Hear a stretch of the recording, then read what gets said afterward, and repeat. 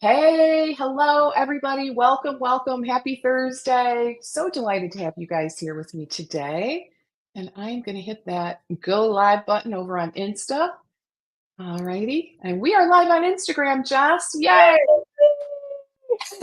We had, the tech gods were going to give us a heart attack, not literally, but a little bit of anxiety They were beforehand. against But us. I think we're good to go. So they decided to cooperate, right? Right, Jess? They Well, did. They did. They first did. of all, let me say I'm so excited to chat with you. You are such a delight. Thank And I know this has been like a long time coming, right? In terms of you. The the longest. scheduling and, getting this all aligned. So the Longest. moon and the stars and the Had to go sun and rain. everything, like, Wind had to go all. just right. And yeah. So here we are. And I want to welcome everyone that's joining us. Welcome to Live with Leslie. And I'm Lesli Bitel, business strategist and mentor specifically for integrative functional nutrition and medicine practitioners in private practice. And I am delighted to have you here with us today. So I'd love to hear from you. Give me a hello in the comments. Just let me know where you're from. All right. So would love to get a better sense of who is joining us. And again, I do want to say I'm so excited to have Jess with us today. We're going to be chatting with one of our wonderful colleagues, Jess Swift Harrell from Chef Jess. And Jess and I met, gosh, was it a couple years ago now? No, I think Leslie. we met it, was It it was way longer? it was way, way back in the day. Way At back. Fancy. It was at a Fancy. And Yeah, then I feel like we just kept being in the same place at the same time. And I was like, okay, I need to talk to her. we I need to need to talk. find out what's Because I remember at today's dietitian, we chatted, right? At one of those networking events. And then, No, yeah, that we've was been, fancy. That was fancy. I was think that it was, fancy? yeah, I think it was Jeannie's event. I think it was fancy. It was Jeannie's event. Okay. We chatted and Yes. we were like, we have to do this. And that was like the second time we said that we had to do this live. So Yes. Yes. So here glad we we found are. this work in the Finally. summer and everything, but we can get into that. We can get into that. Yes. Yes. Yes. So, all right. So I do want to give a nice warm welcome to Jess Swift Harrell from Chef Jess. Thank And you. gosh, I checked out your website. You Thank are doing you. all kinds of cool things. And what we're going to talk about today really is Jess's career journey from clinical to culinary and literally everything in between. Right. So I think it's going to be a really awesome conversation. I can't wait to learn more. And, it just goes to show the huge variety of things you can do with your RD credential. So, that being said, let's jump in. Jess, give us the backstory. I did read a little bit about that poignant moment on your website where you described, oh my God, how scary where your dad, his blood sugar went up to Yes. 400. And Yes. thank Yes. good. Yes. Yeah. So that sounds like, the day when your trajectory, your life mission changed. Tell us about that. It did, and I want to rewind a little bit because I think we have a little bit of time to talk about it. We do. Growing up, I had no idea what a dietitian was. I did not know that there were dietitians. I did not know that there were people who studied food. I had no idea. You just think about like doctors, lawyers, like, engineer, teacher, right? So like those are your career choices when you're young. But I always knew I wanted to be a chef. And against my father's wishes, Leslie, you mentioned him. Yeah. We are going to, it'll become full circle for him. He really wanted me to go to med school. And I was like, okay, fine, just I'll try it. But then at the last moment, I said, I really have to follow my heart. I grew up with my grandmother cooking her Southern dishes, my mother cooking. When I was young, and my mom, thank you so much for letting me do this, but she would just put down ingredients when I was crawling around, and I would throw like cocoa butter and mustard and just anything, and she would just like take it and pretend like she was baking it. And I think that kind of helped, like So fuel cute. my love for culinary. And I just knew that's what I wanted to be. I wanted to be a chef. So fast forward, my father said, well, being a chef, that's more like a hobby, right? He didn't think about it as being a career because he's an engineer. So, and I said, no, I want to be a chef. I went ahead and went to Johnson and Wales. There we had some electives that we could choose from, and culinary nutrition was one. And that's where I met my first ever chef RD, Dr. Marianne Marachin. She showed me that you could mix, my love for, medical, my love for food, and just like put it into one career. And it opened my eyes. So while I, was finishing culinary school and starting that culinary nutrition, trying to like dip my toe into the water, as I like to say, my father actually was diagnosed with type 2 diabetes. He had a career where he, traveling around, corporate card, always on the road, not really paying attention to what he ate. At that time, he was probably up to 360 pounds, which was a lot heavier than he typically would be. But yeah, he was driving, like fainted on the side of the road. Luckily was able to kind of like pull over, and someone saw him, called an ambulance. And when he got to the hospital, his blood sugar was 400. So just even now saying that after all this time, it still, gives me kind of like a chill, because at the time I didn't understand, right? Because I was just starting out in my culinary nutrition journey. So I didn't understand what a blood sugar of 400 was. That perspective, right? I didn't have that dietitian perspective yet. So I knew that I could help him with food just because of what I was learning in culinary school. I knew I could help him with food. So I said, you know what? He is going to be my patient, my very first patient. I will tell you, it was a tough road. I mean, it's very hard. And I'm sure some of you out there know how hard it is to get family and close friends to really listen to your advice. Oh my gosh. They're the worst. Are you kidding? They're the worst. I mean, literally to date. I mean, and this is fast forward almost 16 years into my dietetics career, and he's still my toughest patient. Still, I mean, just the back and forth, but he was my guinea pig. He helped me kind of develop into my chef RD path and what I wanted to do. Tried everything new I heard of him, saw a new study. Oh, we're trying that. New exercise, knew this, knew that. So, I was able to fix him. Long story short, he now is a marathoner. He's 180 pounds. Wow. And he can still do the things that he loves to do, like his beer appreciation club. Like that was his thing. He's like, okay, I don't want to give up all the things I love. And I'm sure you can relate, Leslie, just from coaching and talking to different people. When you are diagnosed with something that can be a total lifestyle change that you have to go through, that is very hard. If you've been doing something your whole life one way for like 40 years, you know what I mean? And then just wake up and say, hey, I have to make a change.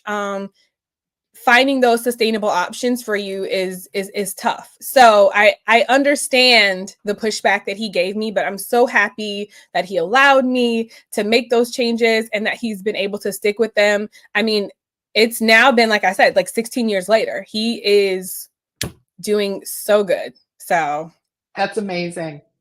And I'm so pleased that he listened to you and followed through. I've been trying with my father for countless years, and yeah, the needle has not budged. Let me just say, and I think sometimes it takes seeing and really having a connection with someone who has made the leap. So you talk about your father, and trying to really push him to that. Maybe having that relationship with someone else who outside of you, unfortunately, so where he could see like that change, that transformation. I think that's kind of what it took. Some of my other family members have jumped on board. They have not been, I would say, as strict and proactive as my father was. I think diabetes really scared him.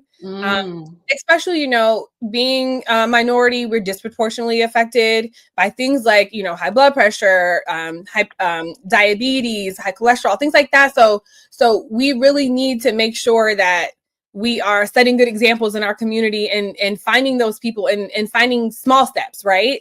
So it's all the small steps that we do. Yeah. What kind of changes did he implement? So I hear he's a marathoner now, which is amazing. So is it fair to say that he was sedentary before? Correct. Yes. Okay. I mean, so he was sedentary. What were some of the other things that you worked on with him? His diet, I mean, he was eating fast food, at that time he was driving back and forth between Canada and the United States, in Michigan. Oh my gosh.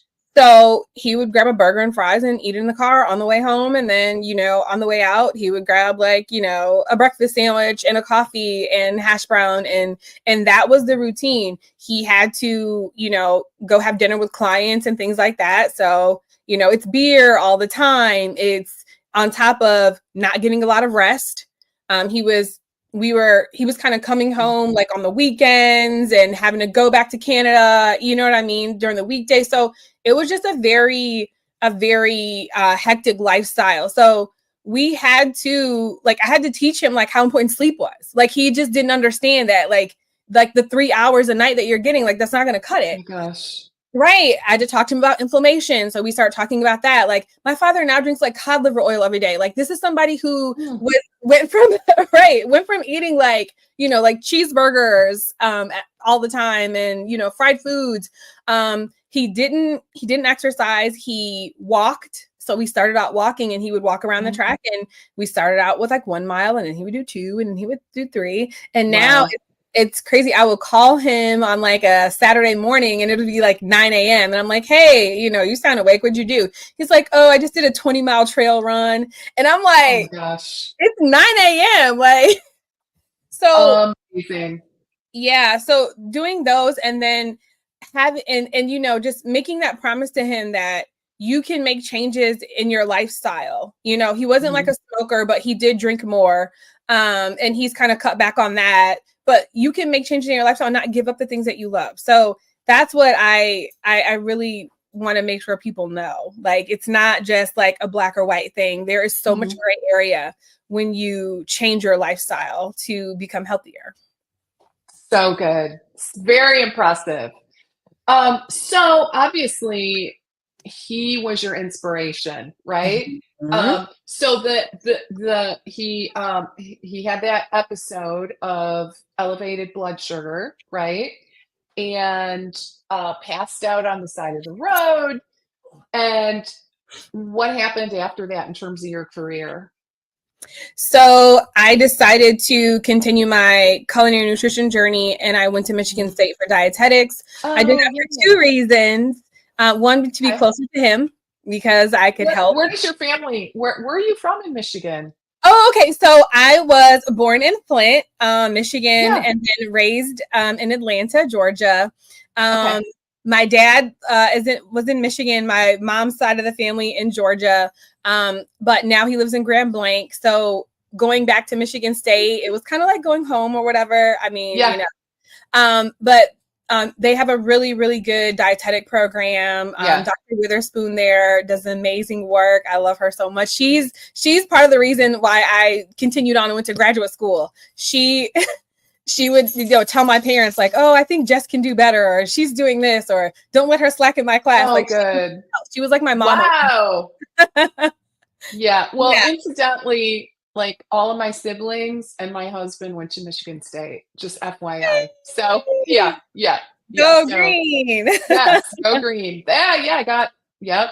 You do. You're repping today. Unfortunately, I see the maize and blue behind me. I should have wore something different. Yes, yep. I know. So that's great. So you have a master's degree in medical science, right? In nutritional sciences. I actually came to Washington, D.C., where I am now, for my master's in nutritional sciences. And I decided that I wanted to go on into integrative and functional nutrition. And I think we also met from being in those circles too with Kathy Swift. My last name before I got married was Swift. So we would say we're the Swift sisters. So she was a really big, I think it was a pivotal moment for me when I met her, just to find out about integrative and functional nutrition and kind of what it does, and solving problems at the root, of it all, and it was just so interesting. So I just followed on with that. Amazing. Yeah, and congratulations. When did you finish your credentialing? 2 years ago now. Okay. All right. Yeah, that's a no small feat. It was so much work, but I will tell people, if you're interested in functional nutrition, it's something that you need to do. I would highly recommend it. I learned so much, and then just continuing to keep up with CEUs and things like that. It's worth it. It's really, really worth it. You find so much more out about nutrition, I guess, at its base, instead of thinking about so much of the medicines and things. You talk about like supplements and what you can do holistically to kind of make a change. So I love that part.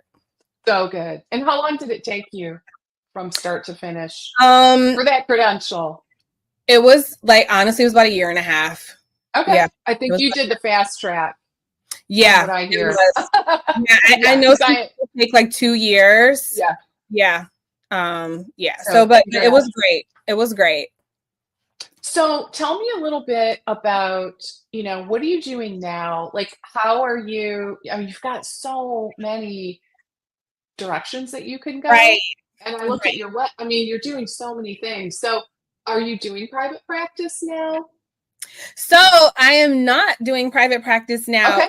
And I will tell you that I initially thought I wanted to do, after rotations and doing clinicals and things like that, I just knew, there was a way where I could combine my nutrition and my culinary degree, because I saw what I was doing for my dad. Right. And funny story, I went on a job interview, and the guy was like, "Oh, this is amazing." He said, "But I'm going to tell you what, I'm not going to hire you." And he said that and I was like, "Okay, well, I appreciate your feedback." And he says, "You're a chef and a dietitian. I feel like you should make a choice." He told me I couldn't do both. Oh. Right. So I started my own business. Good for you. And that's how Chef Jess kind of started out. I started out doing in-home cooking classes for people, and concierge nutrition consultations. And that's when I was doing my one-on-ones. I would go out, we would, talk about what your nutrition needs are. Some people would say "Oh, hey, I have diabetes, newly diagnosed, and I want to cook diabetic friendly." But also, my girlfriend, she was diagnosed with diabetes. So then it started off as me doing small cooking classes in people's homes. And then that elevated to, okay, well, I have to go to work, so can you just cook and put the food in my fridge? And then their neighbor would call and say, "Hey, I heard you were at Jane's house. Can you come down? And, my husband has high cholesterol. Can you make high cholesterol? Can you make foods?" So I literally would go to I would have a neighborhood that I would go to on Monday, another one on Tuesday. I was planning, prepping, shopping, cooking, cleaning. And then I would go to the next house. And then I started hiring people to help me with the shopping. So I would do all the planning.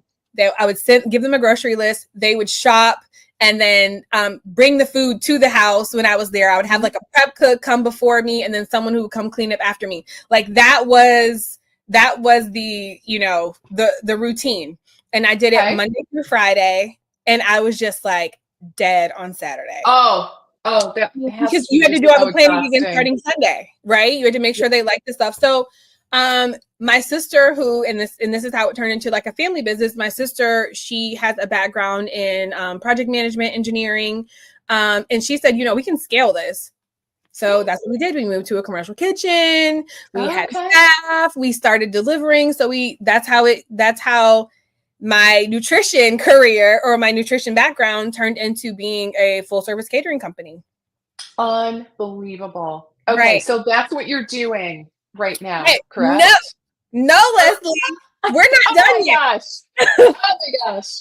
Okay, so this is the everything in between journey. Okay, Everything in amazing. between. I did that for like 15 years. So I feel like I like to tell people I was doing food as medicine before food as medicine was cool. Like now it's cool. Like, Completely. right. Yeah. So just working with all the physicians, making sure that they have the nutrition prescriptions, working with local farms, organic, whoever I could work with, or we could also helping like keep the money in the community. Right. So we did that. We did a lot of charity work, but unfortunately my sciatica flared up and my husband was like, nope, can't keep doing that. So had to stop with that. And then I moved to, since I had been doing all the recipe creation and R&D work for my own, I started doing it for companies. So fast forward, I now have taken my dietetics training and I'm using that for R&D. I wrote a book. I see the book in your background. Right there on inflammation, anti-inflammatory foods. So I've been doing more writing, more R&D, recipe development, and I also do some corporate wellness. So I like to tell people that you can take your RD background and you can be a jack of all trades with it. Food service, corporate wellness, brand work, spokesman or media writing. So I really want people to take advantage of all of the different avenues that you could go in with your nutrition background. And it's funny, I was at an immersive experience yesterday, and I was with a group of dietitians from all over. And the thing that we kept coming back to is how in school we didn't know that we had all these options, right? Where you just had maybe two, right? You either work in a hospital or maybe you do WIC, right? I mean, kind of. That's community, and then maybe Aramark came along, or one of those larger companies where they needed a dietitian for like. Yeah, you could do for food service. I never really hospital. thought about that. Yeah. Yeah, but Lesli, as a businesswoman, diversifying your income, that's the way to go. I will tell you, I am the happiest that I've been. The fact that I'm diversifying my income, I have reclaimed my time, right? You work when you pick up the contracts that you want, exactly how much work you need, things like that. So I really enjoy what I'm doing now. How did you, I'll bet people that are watching, I'm looking at who's here. We have we have plant-based chef is here. We've got Crohn's and colitis dietitian, Ashley. Hey, Ashley. The dietitian editor. We've got Sherry Eats Well. Anyway, we've got a variety. So I'm guessing, and guys, ask questions because this is such a great opportunity. For someone that wants to diversify their income and get, maybe involved in media or get, some of these awesome contracts, like, how do you do it? Okay, so I will tell you, my journey started with networking, meeting people like you. I am the girl who, if you're in a room with me at Fancy, I am standing up, I'm raising my hand, I'm asking questions, I'm going to talk to the speaker. If there's something that I'm interested in, I do that, and I network and I follow up. And from that, I was able to do the book. Someone said, oh, I remember meeting you such and such, like, oh yeah, we have this anti-inflammatory project that we're trying to put together. How do you feel about that? So just things like that. And then from that, I also was on Food Network. People saw me there. Oh, we want you to come and do our event, things like that. So I think it really boils down to networking and one who loves people, but it is very exhausting. That is what you need to do. I think that COVID was horrible, but it also gave us the opportunity of all of these lives and a lot of digital communication. Everyone knows how to do Zoom now. So there is an opportunity for you to put yourself in the room with someone who's across the world, right? So there are so many more networking opportunities, and that is how I did it. And also, once I complete projects, I always ask for testimonials or feedback. And if I have permission to post those testimonials, and then like references, so people know that like I take pride in my work, I do a good job, and when they're looking for somebody, my name may come up. Okay. So good.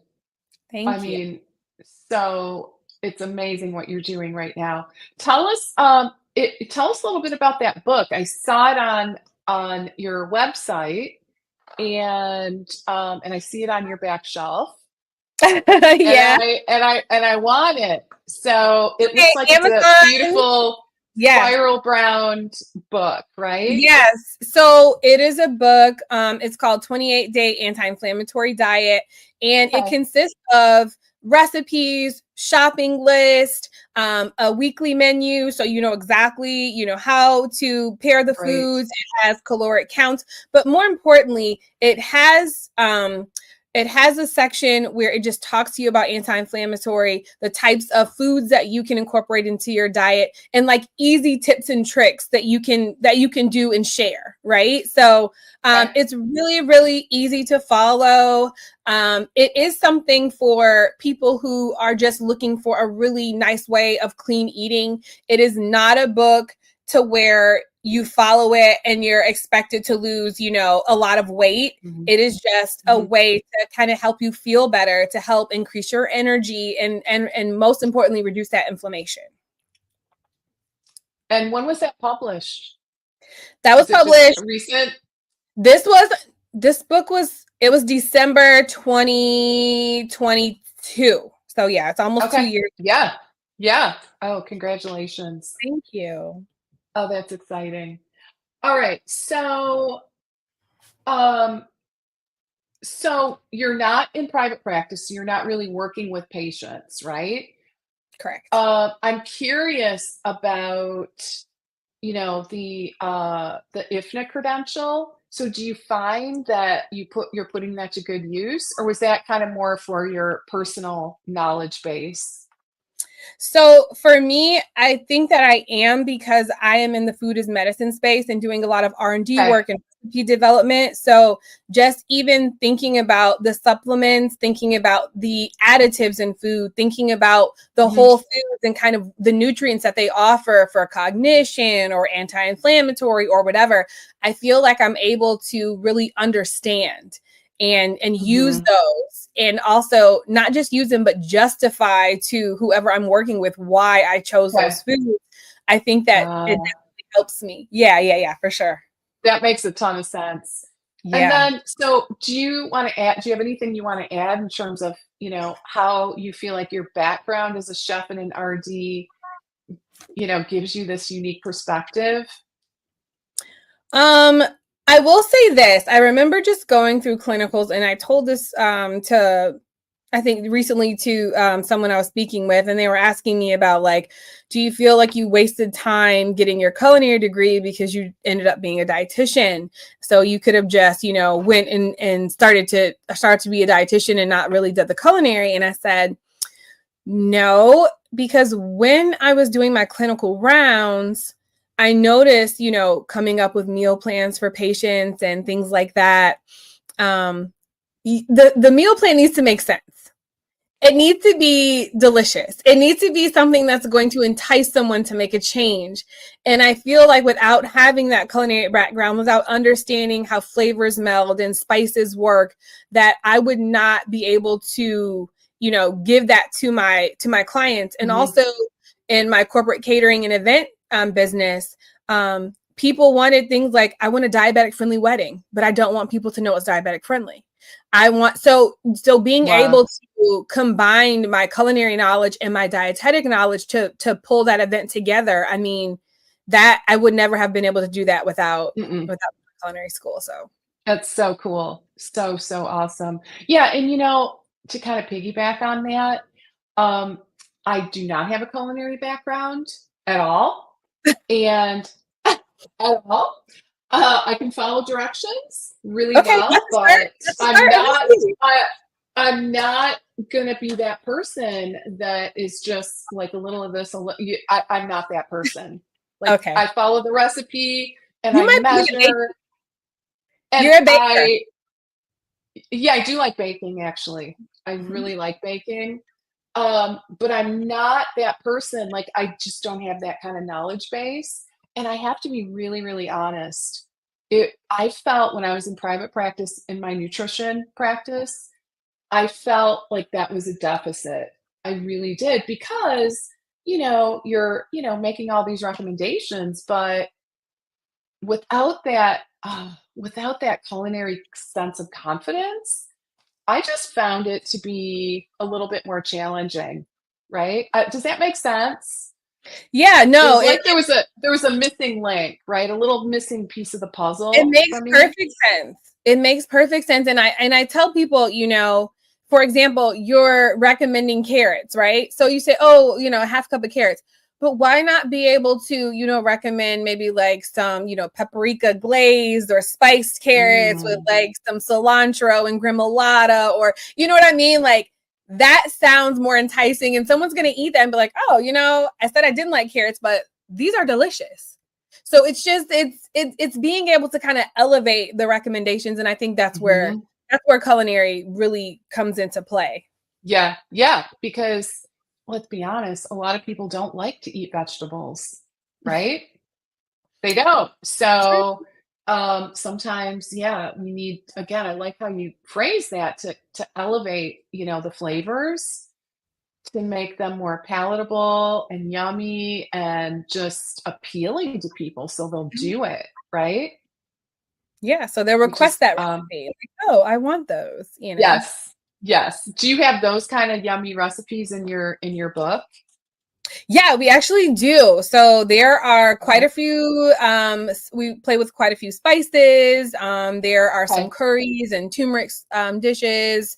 I know we use Mhm. some paprika, Yum. ginger. So all of those things that when you saute them really make your Yes. house smell good, like they're in there. All right. Guys, buy the book. As soon as I get off this call, I'm gonna order it. I Thank you. seriously am. I Thank you. One thing, this is a little off the topic, but I'm always trying to like figure out how to make really good Brussels sprouts, right? Just because I really do like Brussels sprouts, but they're kind of boring, unless you dress them up. So yeah, so that's that. I'm always on a quest. Like, I will buy cookbooks that are 100% about Brussels sprouts, right? Wow. Um, Okay, so yeah, this sounds like a yeah, challenge. yeah, right?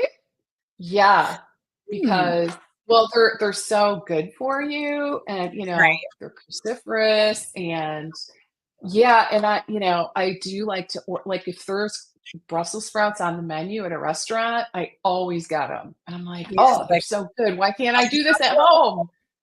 I cannot seem to, even with all I my will tell Brussels sprout. you, I will tell you with Brussels sprouts, I always like to blanch them quickly beforehand and then do Okay, like my cooking, like my sauteing or my roasting. I feel like okay, okay. sometimes they can get a little dry on the outside and tougher and like harder still in the inside if Mhm. you don't do that. So I will Okay, blanch Brussels good sprouts. tip. Yeah, I will put them on like a parchment or paper towel and kind of let them dry a little bit, and then saute onions, turmeric, Yes, balsamic vinegar, like all that's really yummy. Mm. cranberries. Yeah. Oh, yum. Yum, yum. I'm hungry. So, all right, this is so awesome. So what advice would you give to someone that does want to follow an unconventional career path? Especially, in the health and wellness field, there's so many options.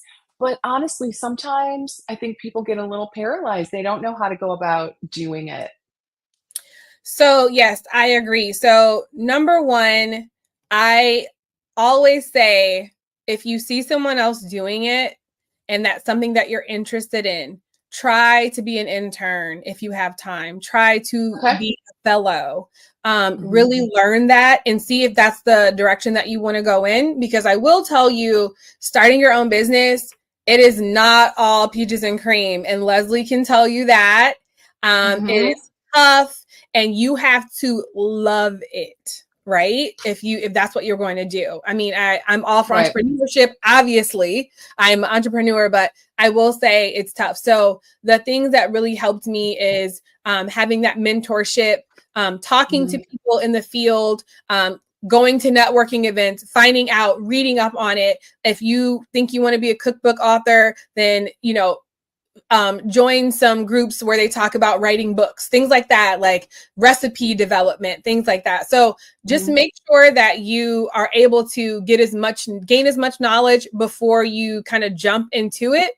And then also make sure that you're set up in other ways. So we talk about being set up financially. Do you have enough to really invest in giving, whatever you're trying to do a go, especially if it's entrepreneur? So really working to do that, because the last thing that you want to do is jump off of a cliff and only be able to get 50% of what you needed done in order to know if you really, really wanted to jump into this career and do this. And I know sometimes financially that's really hard. I will say that, true story, Leslie, when I first started my business, I couch surfed because I had to decide if I wanted to give up my full-time position, and I did.